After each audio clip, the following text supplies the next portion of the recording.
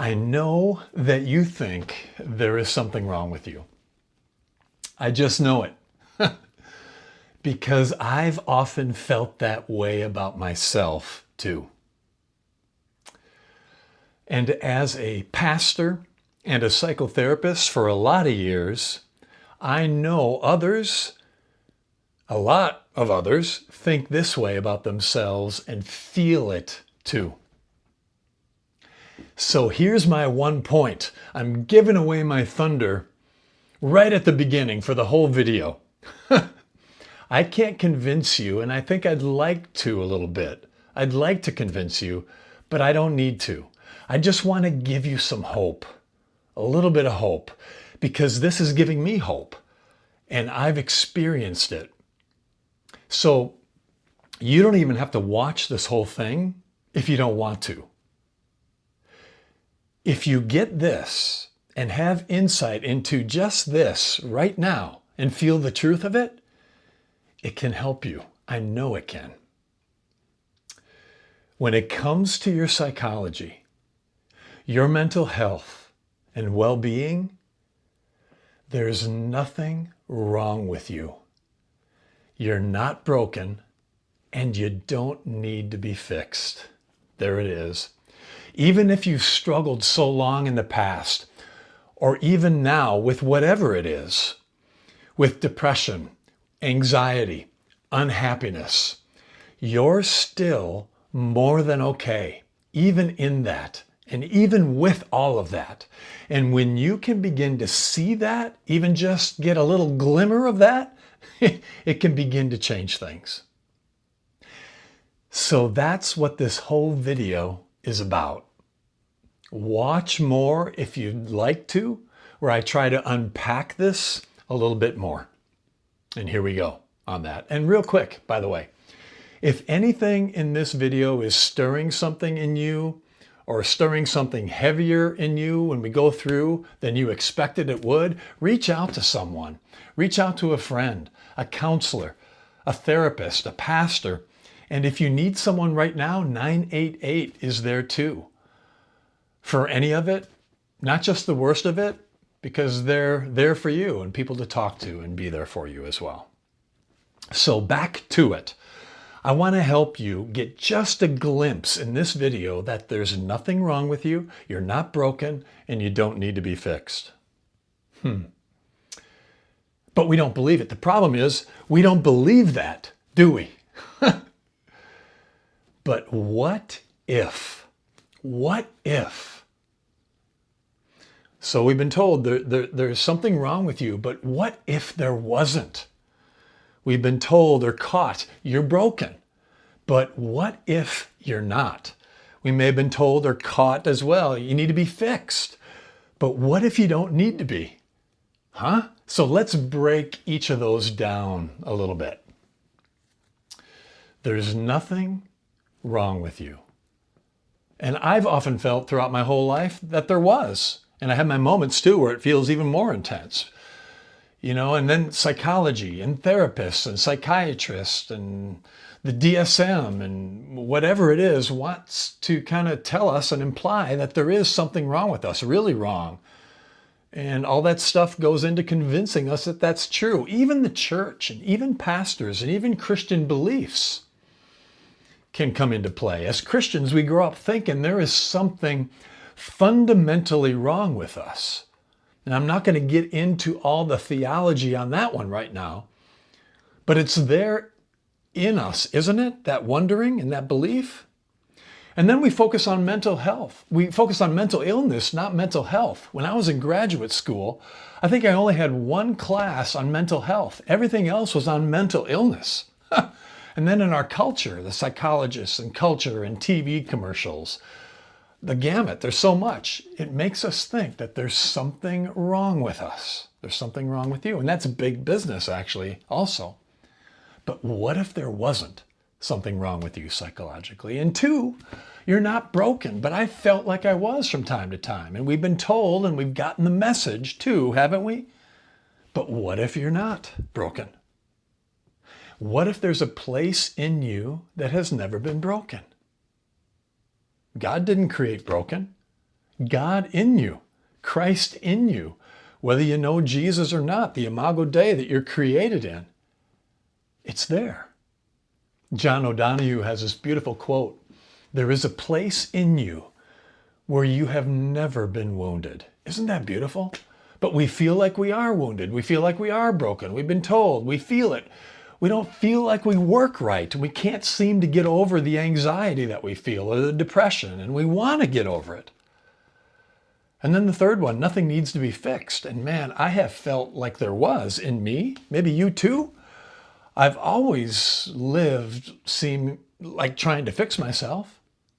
But what if I didn't need to be fixed? What if you didn't need to be fixed?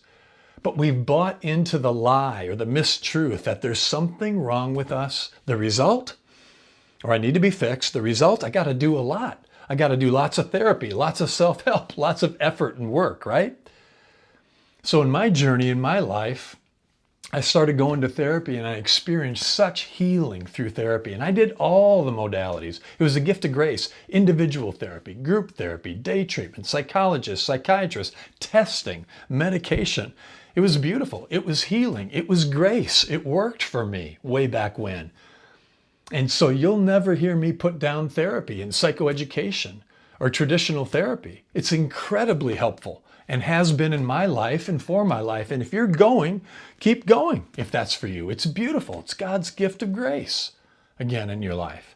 But I wish I would have known then what I know now.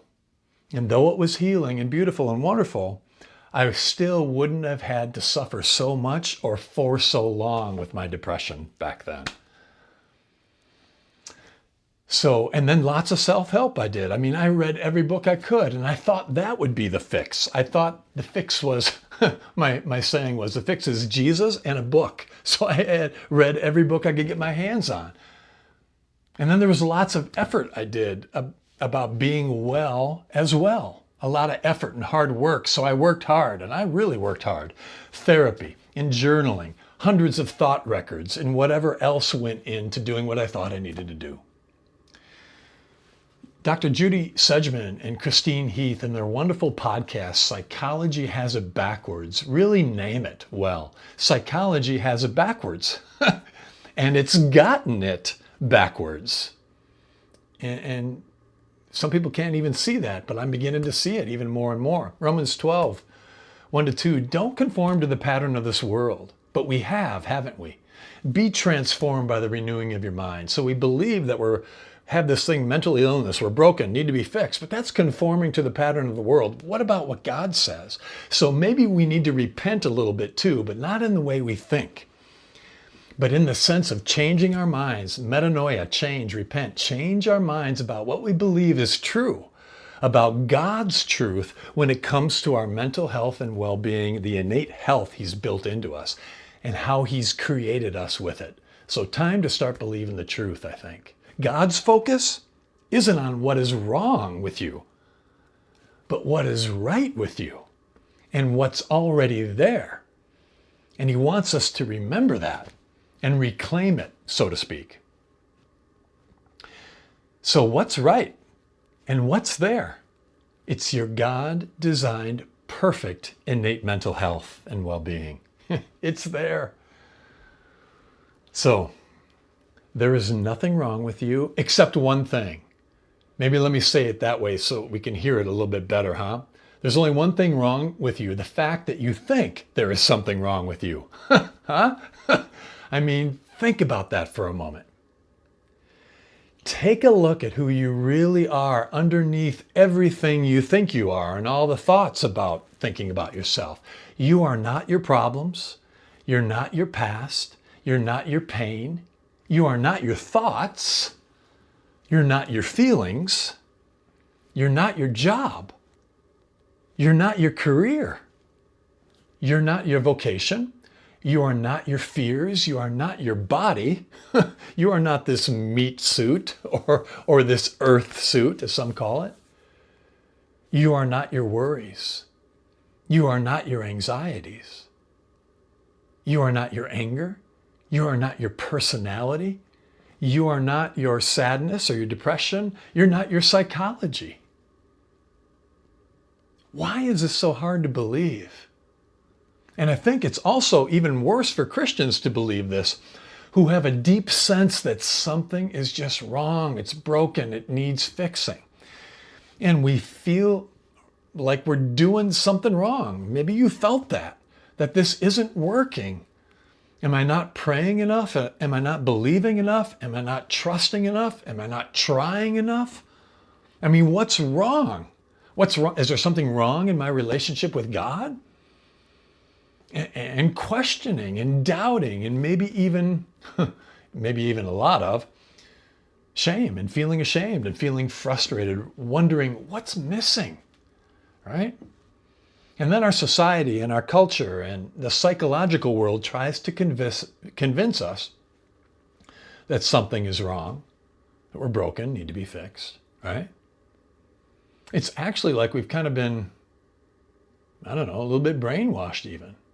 We've been told it so many times, it's kind of seeped into us, hasn't it? Kind of osmosis. It's become our identity, huh? I remember working with college students as the director of a counseling center, and they would come in and say, Bill, I'm depressed. I'm anxious. So that wasn't just a feeling that they had or that they felt, but it actually became their identity, the identity that they had and they lived in. And don't try to talk them out of their identity. You know, I wanted to say some things like, you're not depressed, you're just having depressed thoughts from time to time that make you feel depressed. It's not your identity. It's not who you are. That's all I would want to say. Do you feel the difference in that? Right there? How they were feeling, their perceived diagnosis became how they were feeling. Their identity became how they were feeling, right?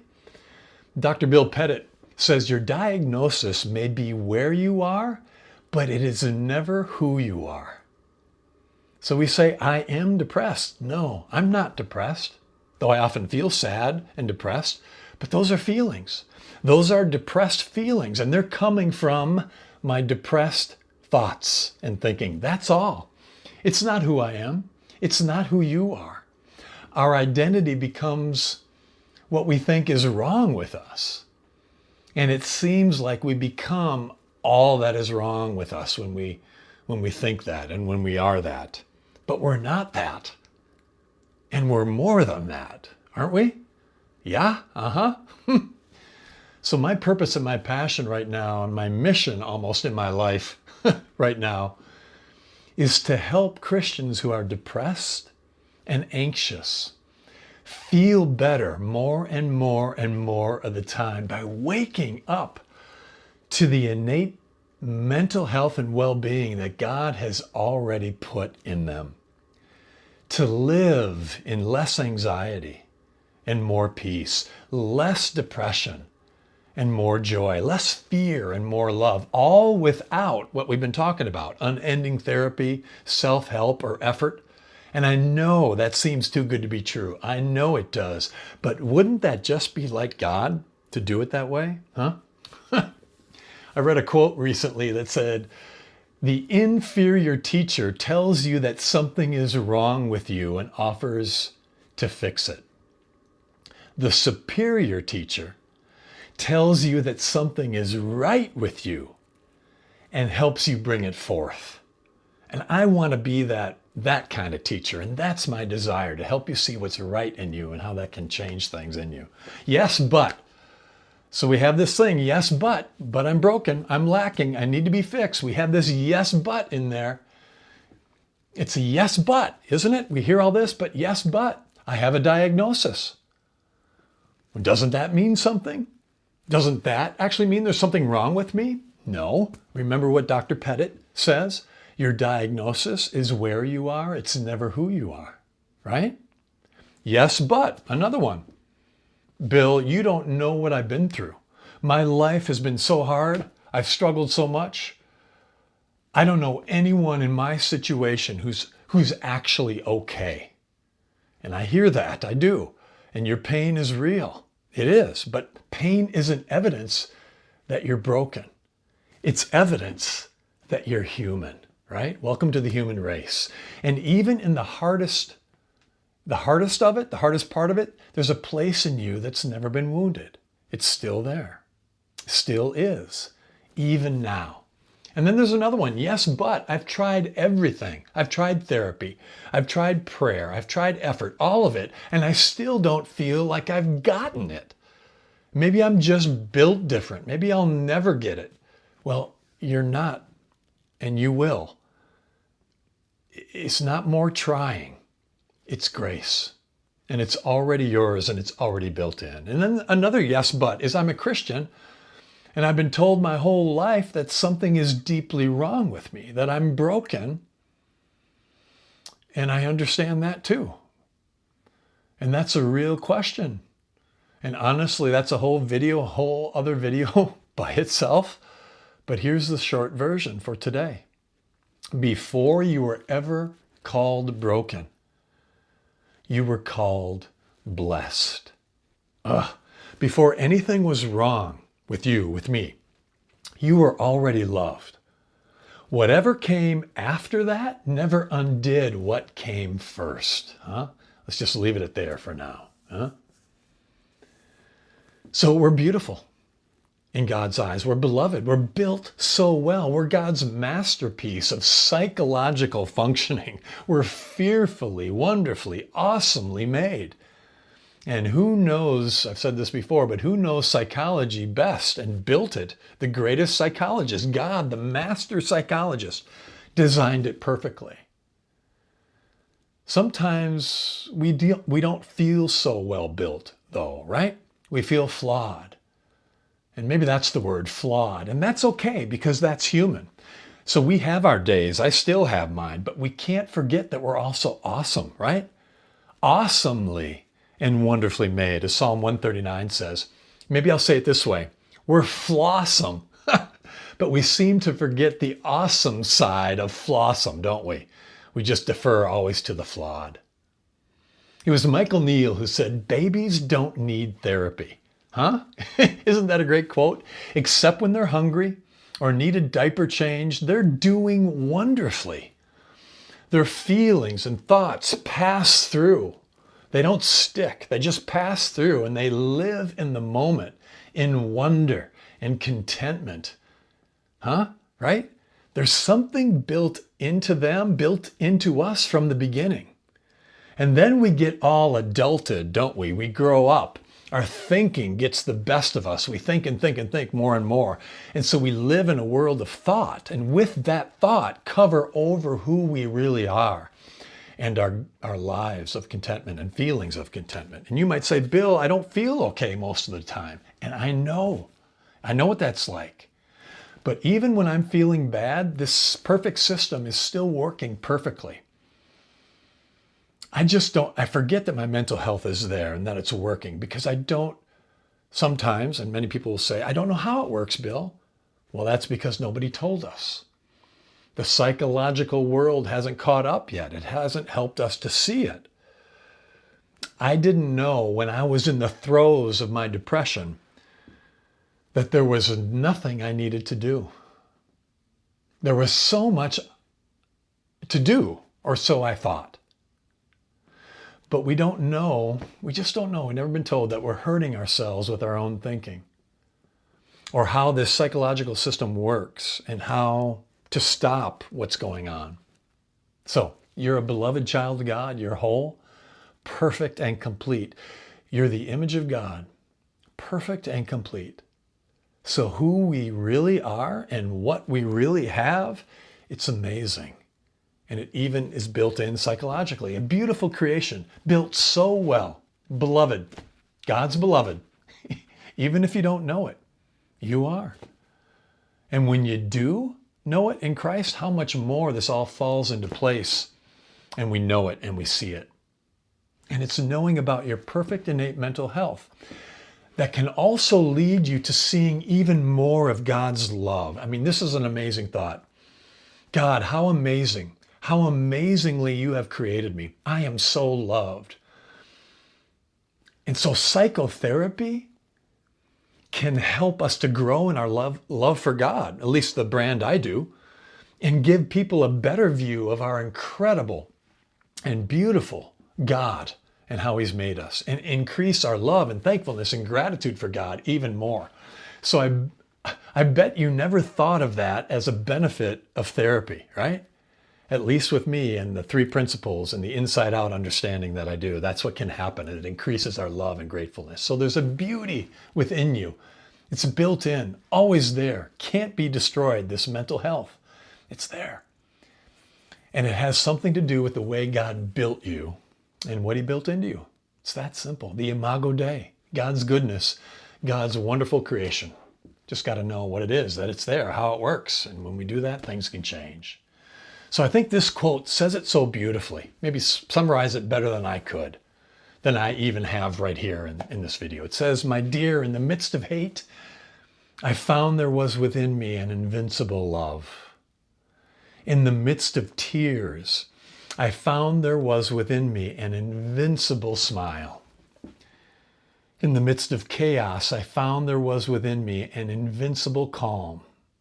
I realized through it all," here it is, "that in the midst of winter, I found there was within me an invincible summer."